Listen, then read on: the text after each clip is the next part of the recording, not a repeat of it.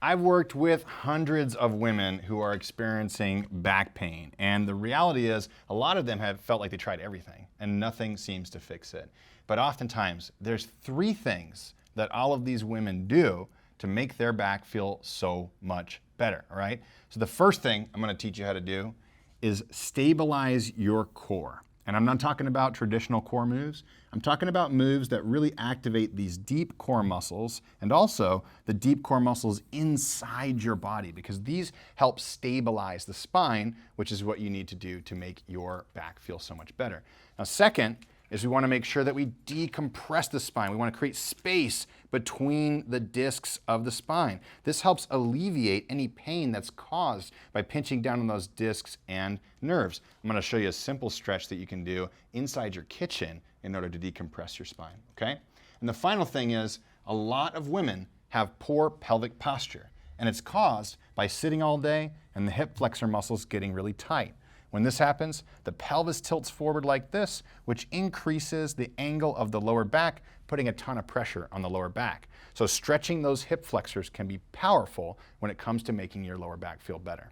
Let's dive into all three of these. Okay, this move is to activate your core, and a lot of people don't really understand it at first. But I promise there is no move that I have seen help more people with back pain than this one. So practice it, okay? So here's what we want to do. We want to learn how to properly activate the core muscles. So I want you to find your belly button and find the top of your hip on the side like this. If I look down, right in the middle of those 2 points, there's a nice little fleshy part that I can take my fingers and push them in on like this. Now what I want to learn how to do is take a breath in and push those fingers out. You might feel like it becomes hard underneath here. That's you activating all of your deep core muscles. And I got a trick for you. If you can't figure out how to do this, one of the things that I've seen help so many people, and it's a way you can do this without fail, is to cough and hold the end of the cough. So it looks like this. You take that big breath in, even if it doesn't work, and hold the end of the cough. You should feel your ribs drop down. You should feel that hard wall push out against your fingers right there. Hold it for a few seconds and then go ahead and relax.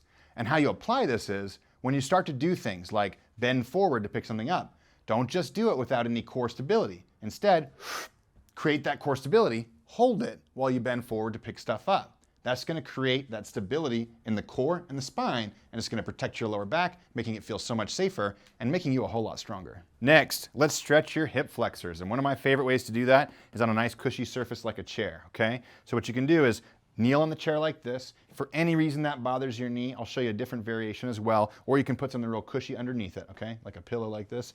We don't want any pain in that knee. We want to focus on creating mobility in the hips, all right?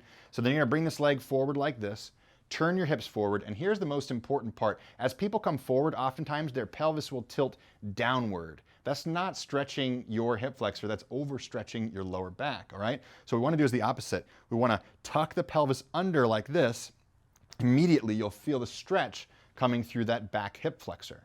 Now, as you breathe and relax, keep the pelvis tucked, but you can allow your body to kind of move forward towards your front heel like this, and it will deepen the stretch significantly more. About a minute on the right side and a minute on the left side should give you the sense of when you stand up, your hips feel so much looser, and your pelvis tends to feel a little bit more centered. And as far as creating length and space in the spine, there's no better stretch than one of my favorites, the sink stretch, okay? So you can do this at a kitchen sink, and why I like this is you can loop your fingers over the edge of the sink so that you have nice traction. Now from there, what you do is you walk your feet back, and you want to be able to have it so that your butt is behind your ankles. We want the weight of the hips to pull you backwards. Not so far that you feel like you're gonna fall, but enough that it feels like it creates traction.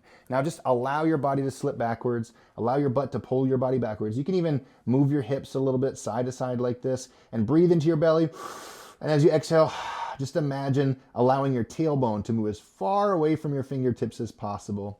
And again, you can hold this for around 1 minute, creating a ton of traction on the lower back, creating more space in the spine. And then we don't want to just mess it all up by coming up fast. So slowly bend the knees, keep the back flat, maybe breathe in. You can even do the elevator right there to protect your core as well, and come up out of that position and take note of how much better your lower back feels now.